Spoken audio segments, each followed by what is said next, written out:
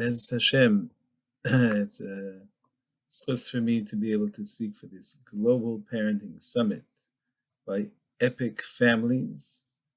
I know Epic Families a long time ago when it was called Yedidim. Actually, we had Shabbatons together. I was able to participate on numerous occasions, also in Eretz Yisrael, also in a Shabbaton in the States. And it was mamish a phenomenal experience. What could I say? They're doing a wonderful job. So it's chus for me to be able to be here with you once again. Alei v'hatzleach. Have great hatzlacha under your new name. Okay, so we're here to talk about sibling rivalry. And I'd like to introduce a new component into sibling rivalry, something you may not have thought about. It's called chinuch.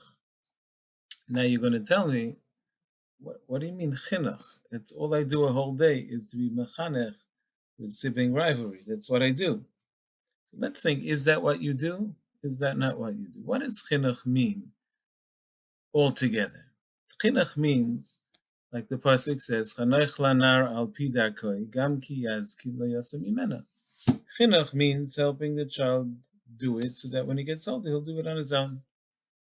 Rav Volba said chinuch is compared to lighting a candle, and you hold the candle there until the candle you lit lights on its own.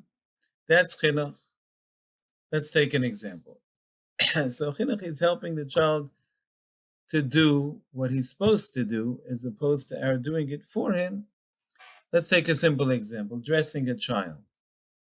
We dress the child when the child is younger, but the goal is that as the child gets older, he or she dresses himself, herself. Now, please note here, the goal is not, if that's what chinuch is, that we don't want to keep dressing the child. We want to dress the child until the child dresses himself. Just like in every area of chinuch. You want to be mechanech the child until the child does it of his, her, or her own accord. If that's the case, then the goal is not the goal. The goal is that the child do it on his or her own. Let me explain. Thank you. The dressing a child, getting a child dressed. Is the goal that the child be dressed? No. The goal is that the child dress him or herself. I've seen parents dress children. We had cases of parents dressing children at the age of 9, the age of 10, even sometimes the age of 12, and in exceptional cases, the age of 15, believe it or not. The goal is not to get them dressed. The goal is that they dress themselves. Now let's take that instance and let's compare it to sibling rivalry. What is the goal? Is the goal to stop the fighting, which is comparable to getting them dressed, or is the goal that they get along and they learn how to stop fighting on their own, how to stop fighting and how to start getting along on their own? Now, if that's what chinuch has to do with sibling rivalry, are we doing that? We're usually dealing with sibling rivalry at best that we stop the fighting. That's our entire involvement. That's what we do a whole day long. Stop the fighting, stop the fighting. How can I stop the fighting? You better stop the fighting. But where's the chinuch? In this way, we're always doing it for them. Now, you may say, and you may be correct, that sometimes you need an immediate solution. Moshe is on top of Yankee and he's choking him. And you're going to do chinuch. You know, chinuch takes time. Sometimes it's not overnight, it's overtime. And you're going to start, well, Yankee, and you do chinuch. In the meantime, Moshe's choking Yankee. Not such a good idea. Oh, indeed, you're correct. Sometimes you need first aid. You need an immediate solution. You need to stop the fighting right away.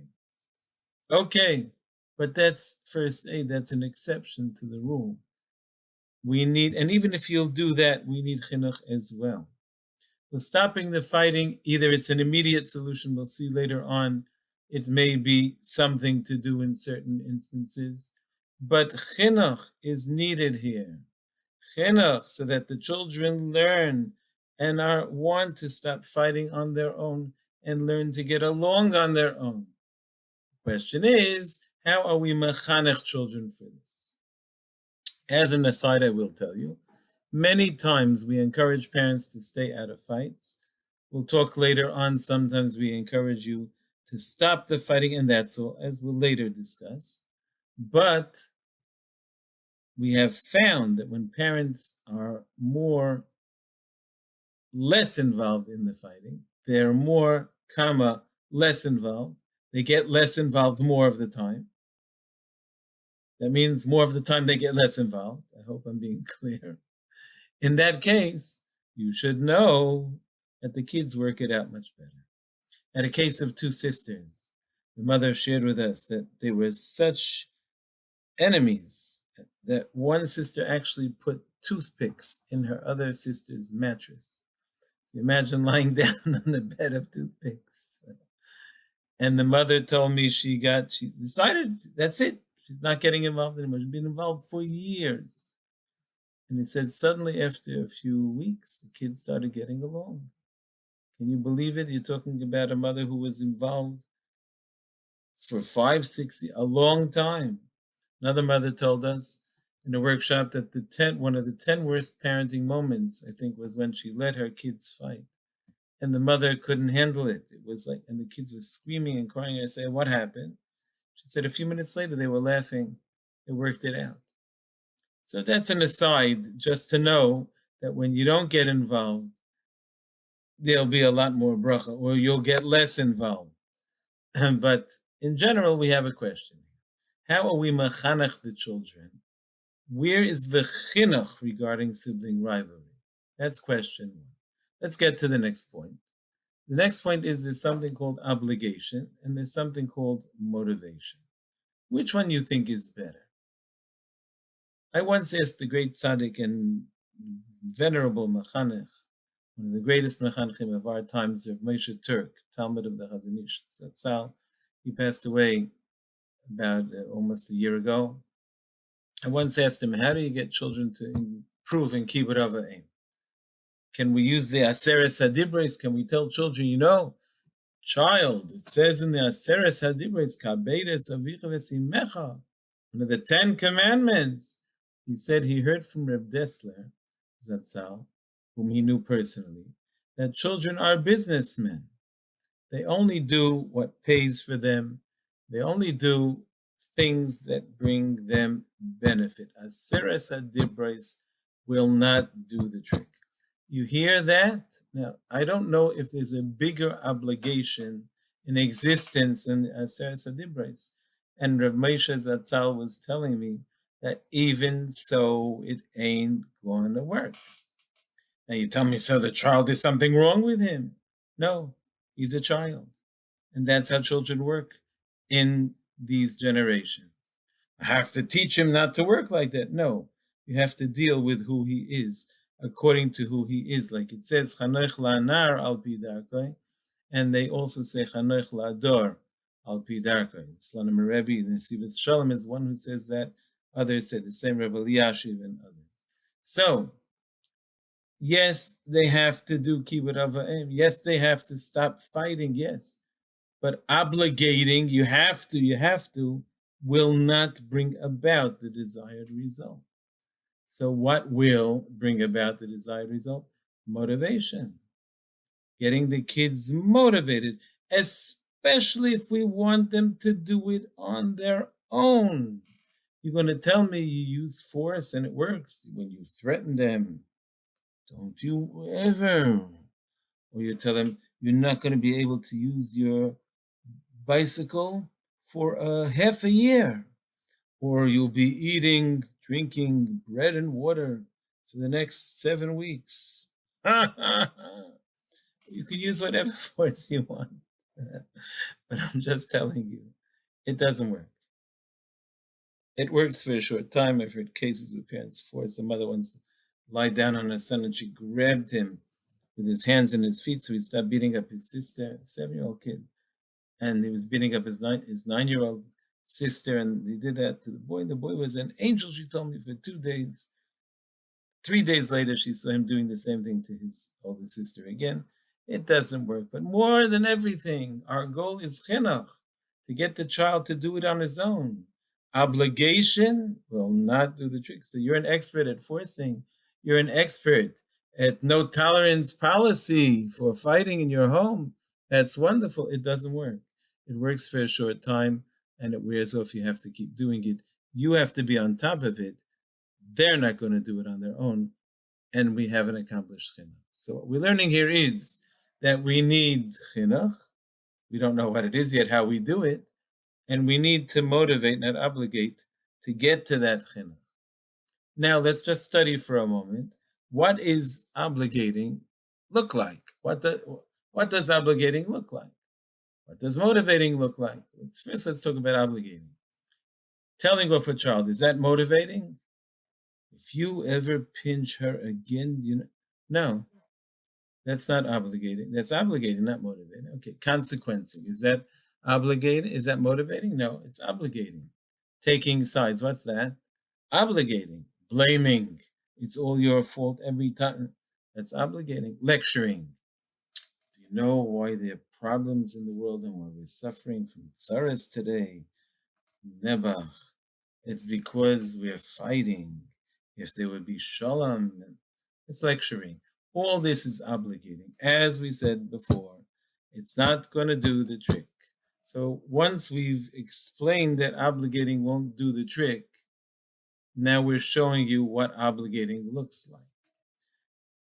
So what are we supposed to do? Just let them fight? So you told me not. No, we said you need chinuch. It said we need to motivate. I do want to say, before we tell you what the chinuch is, before we discuss how to motivate, I do want to say sometimes you need to separate the children. But we said there's a first aid, that you need to break it up. And sometimes you need to separate them, even if it's not dangerous. Sometimes, but even when you separate, you still have to do chinuch. Don't obligate while you separate. It means just separate in cold blood. Don't say, I'm sorry to use that word, emotionlessly is a better word.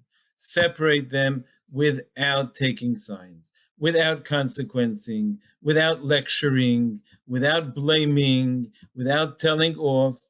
Just separate them. If you can't bear to let them fight ever, which is a mistake. But if you can't bear to do that, you want to stop them, you must separate them, which is a mistake because we want them to learn it on their own. But okay, let's say just to make it easy for you, want to set you up for success and make it easier for you. So do it without talking, emotionlessly, and talk as little as you need to. Now we're back to the main point. How do we be mechanech? How do we motivate your children? So we're going to give you basically 2 tracks, and then we'll go over them. Let's go. 1, first of all, learning sessions with your children 2 times a week, 10 minutes each, 20 minutes a week. You anyway are busy a whole day long breaking up fights. So you don't have to worry that you're spending more time. You're investing time to save time. 10 minutes, 2 times a week, learning sessions. You want to do it for 5 minutes, 3 times a week? Wonderful. What should you learn during this time? A text about shalom, about kindliness, about getting along, about being mevater, any text that has these ingredients. It speaks about these types of things. You can get Moser Sfarim, you can get contemporary Sfarim, you can get biographies of tzaddikim, you can get children's books. It has to be something that will talk to your children. Shmiras Haloshen is something that has in it a lot about shalom. Ahavas Chesed of the Chafetz Chaim, these are translated, I believe they're both translated into English, but they're higher level books. That's hard. Biographies of tzaddikim, Rav Palm read. They have a Rav Palm biography for teens. I don't know if you can get it anymore. Rebbetzin Kanievsky, certain tzaddikim that were so noted for their chesed, for their kindliness. Any book about kindliness that emphasizes kindliness, that's the opposite of fighting. Fighting is the ultimate thinking about yourself. So, when you learn with the kids. That's part one. Have the learning, part one, have the time, designate the time. Part two, have the text. Part three, make sure it's fun and it's short and it's sweet. Don't say heavy. We're not allowed to fight with our children, with each other. We go and no, it should be light, quick, and fun, and make jokes. Then you should have a theme that you repeat once or twice during your sessions each time. Every time you learn, I'll give you two themes. Excuse me, please. Thank you for the blessing. One thing should be a person of peace is very successful in life. That's a fact. I'll tell you a quick story, but you shouldn't tell the story to your children. It's a Shalom Bayis story. It's for you. There was one person that was phenomenally matzliach. He was everything he touched turned to gold. And a Rav knew him, and he wanted to know how he does it. What's his secret? And he was in his house, actually, on Erev Shabbos, and what happened was everything was clean. And close to Shabbos, the wife had a jar of oil, and she fell and she slipped, and it broke on the floor. And the wife started blaming the husband. He had nothing to do with anything. Why is the oil on the floor? It's like as if she went crazy. I guess she couldn't handle the pressure of cleaning up oil. Listen, why did you do that? It's all your fault. And he kept his mouth shut. And the Rav said, now I know why this person, everything he touches turns to gold. Now I know why. So, you see, Rabbi say, a person who is a man of shalom, what he touches turns to gold. It's a person of peace is a person who's very successful in life. Everything he touches turns to gold. Secondly, that's one thing, and you say that a lot. A person who you say it when you're learning, say it in once, the beginning of the session, the middle of the session, and you say it again at the end of the session. Another theme is also a very important theme. That is, people that fight are bitter and sad, even if they win. People that get along are happy. Children, this talks to children very much. More than anything, children do not want to be sad and miserable. They want to be happy and have fun. So, if you tell your children that people that get along are happy and people that fight are miserable, even if they win, that's a theme that knock it in. You repeat it again and again. Now, another important critical piece here, and that is that during the entire time you're working on sibling rivalry, catch your children doing it right and look away from when they do it wrong as much as you can. Why? Because we're here to motivate. One of the biggest motivators is catching them doing it right, not catching them doing it wrong. That obligates, that produces guilt, that incapacitates them, and it pushes them in the opposite direction, discourages them instead of encouraging them. Therefore, you have your learning session, short and sweet and enjoyable. You have your text. You have your themes, theme one or theme two. Don't do both, or you can switch here and there. And you have your motivator. What's your motivator? Catch your children when they're getting along. Catch your children when they're fighting less. Don't catch your children when they're, oh, you see? You want to be sad people? You're not listening to what we learned? Didn't we just learn and now you're going and doing this? That's not going to motivate. You learned about it, look away when they're fighting and catch them when they're getting along. Now, another idea is a family campaign. A family campaign, a new idea, it's an original idea. Make a family campaign for sibling rivalry. What's the point? First of all, if you do it together as a family, it'll be more powerful.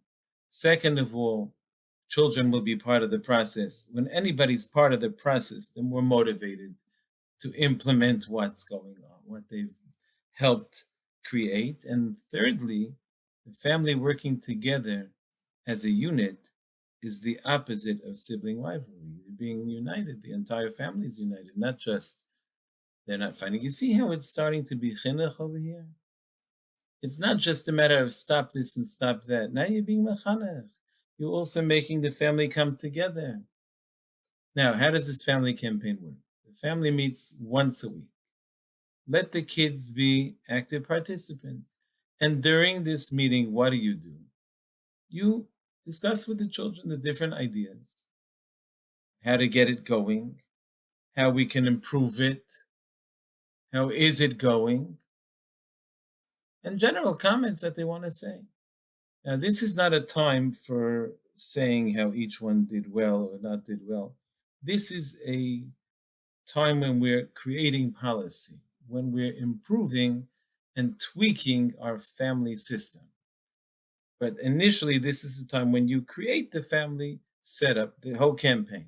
What do? But again, your kids should be active participants. Ask them for ideas.